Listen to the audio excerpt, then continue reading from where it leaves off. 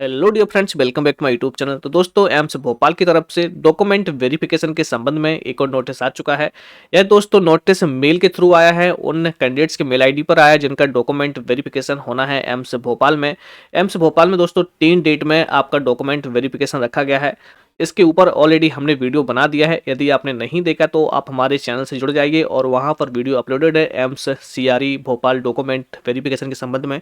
ठीक है, तो आप जाकर वो चेकआउट कर लें और लगभग आप सभी लोगों ने इसे देख लिया होगा। दोस्तों, जो ये मेल आया किसी के पास 27 दिसंबर को आ गया था, किसी को 28 को और किसी के पास कल 29 दिसंबर की नाइट में मेल आ चुका है। ठीक है, तो आप सभी ने इस मेल आईडी को चेक कर लिया होगा और पीडीएफ को आपने डाउनलोड कर लिया होगा। ठीक है, तो यहाँ पर कुछ परिवर्तन किया गया है कि आपको जो 3, 4 और 5 तारीख को डॉक्यूमेंट वेरिफिकेशन के लिए उपस्थित होना है, तो कौन कौन से डॉक्यूमेंट लेकर जाना है और यहाँ पर कुछ नियमावली भी दी गई है। ठीक है, और आपको यहाँ पर एफिडेविट भी बनवाना है, यहाँ पर आपको कैरेक्टर सर्टिफिकेट भी लेकर जाना है। बहुत सारा यहाँ पर इन्होंने दिया है।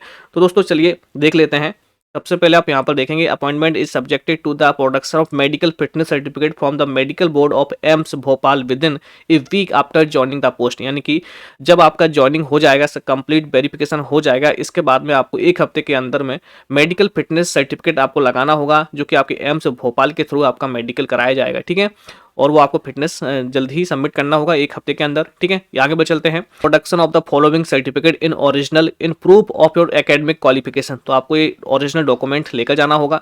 डिग्री है आपका, डिप्लोमा है, सर्टिफिकेट है, मार्कशीट है इत्यादि। ठीक है, certificate proving required experience as per the advertisement for the post being offered. यानी कि आपने एक्सपीरियंस यदि आपने लगाया है तो आपको एक्सपीरियंस लेकर जाना होगा।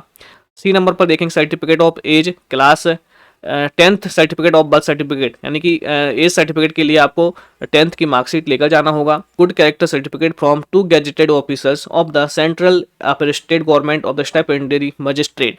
तो आपको दोस्तों यहाँ पर गुड कैरेक्टर सर्टिफिकेट यानी कि चरित्र प्रमाण पत्र बनवाना होगा, जिसमें 2 गेजेटेड ऑफिसर्स यानी कि राजपत्रित अधिकारी के साइन, हस्ताक्षर और मोहर लगवाना होगा, चाहे वो स्टेट के हों या फिर सेंट्रल गवर्नमेंट के हों। ठीक है, तो ये कहाँ से बनेगा? तो सबसे पहले आपको कैरेक्टर सर्टिफिकेट का एक फॉर्म लेना होगा। ठीक है, और ये आपका तहसीलदार से बन सकता है, यानी कि तहसीलदार होते हैं वो साइन कर सकते हैं। ठीक है, और आपके एसडीएम, डीएम, मजिस्ट्रेट ये सभी लोग साइन कर सकते हैं, सभी गेजेटेड ऑफिसर्स हैं। और ये जिले के जो मेडिकल ऑफिसर्स हैं यानी कि सीएमएचओ हैं वो भी साइन कर सकते हैं, सिविल सर्जन हैं वो भी यहाँ पर साइन कर सकते हैं, सरकारी कॉलेज के जो प्रिंसिपल हैं वो भी यहाँ पर साइन कर सकते हैं, वो भी गेजेटेड ऑफिसर्स होते हैं। ठीक है, तो इस तरह से आप बनवा सकते हैं।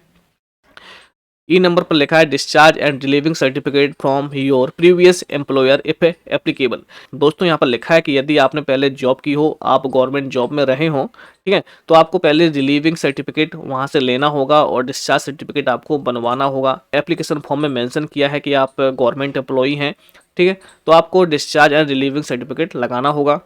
नेक्स्ट आप देखेंगे SC ST OBC NCL caste and EWS certificate if applicable. यदि आपने कास्ट सर्टिफिकेट का आरक्षण का लाभ लिया है, कास्ट सर्टिफिकेट मेंशन किया है एप्लीकेशन फॉर्म में, तो आपको लेकर जाना होगा।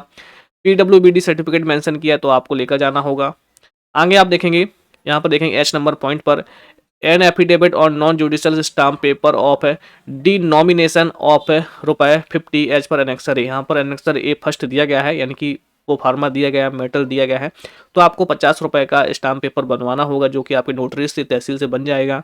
नेक्स्ट आप देखेंगे verification and allotment letter issued by AIIMS New Delhi. तो दोस्तों एम्स न्यू दिल्ली के द्वारा जो अलॉटमेंट लेटर आया था कि आपको कौन सा एम्स अलॉट हुआ है, वो आपको प्रिंट आउट करके ले जाना होगा। ठीक है, तो ये दोस्तों यहाँ पर कुछ पॉइंट दिए गए हैं, ये आपके डॉक्यूमेंट्स आपको प्रिपेयर करना है और ये सभी आपको लेकर जाना होगा। ठीक, आगे और देखेंगे दोस्तों, ये जो आपकी जॉब है पहले तो आपको 2 साल प्रोविजन पीरियड में रखेंगे। ठीक है, यहाँ पर प्रोविजन पीरियड 2 साल का लागू होगा और यहाँ पर लिखा है कि यदि आप 2 साल का प्रोविजन पीरियड कंप्लीट नहीं करते हैं, उसको कंप्लीट करने में आप फेल हो जाते हैं, तो आपको 1 लाख रुपए का पेनल्टी के तौर पर देना होगा। और इसके लिए आपको एक रिटर्न में लिख कर देना होगा कि यदि आप ये 2 साल कंप्लीट नहीं करते हैं तो आपको 1 लाख रुपए देंगे। Now the condition of the above written application is that in the event of my failing to complete minimum of period of 2 years service in the institute for any reason of otherwise quitting the service for any reason, I shall forthwith pay to the institute or age may be directed by institute the said sum रुपए लिखा है यहाँ पे 1 lakh only as a penalty। दोस्तों यदि आप 2 साल complete नहीं करते हैं और किसी कारणवश इसे छोड़ देते हैं बीच में ही, तो आप 1 लाख रुपए पेनल्टी के तौर पर आपको देना होगा। ये आपका बॉन्ड का एग्रीमेंट है। ठीक है। तो ये आपको नोटरी से बनवाना होगा एग्रीमेंट को, प्लस यहाँ पर आपको एफिडेविट भी बनवाना होगा। ये लिखा है 50 रुपए का आपको एफिडेविट बनवाना होगा और ये साथ में आपको वेरिफिकेशन भी लिखना होगा। ठीक है, तो ये सभी डॉक्यूमेंट्स आपको प्रिपेयर करके लेकर जाना है।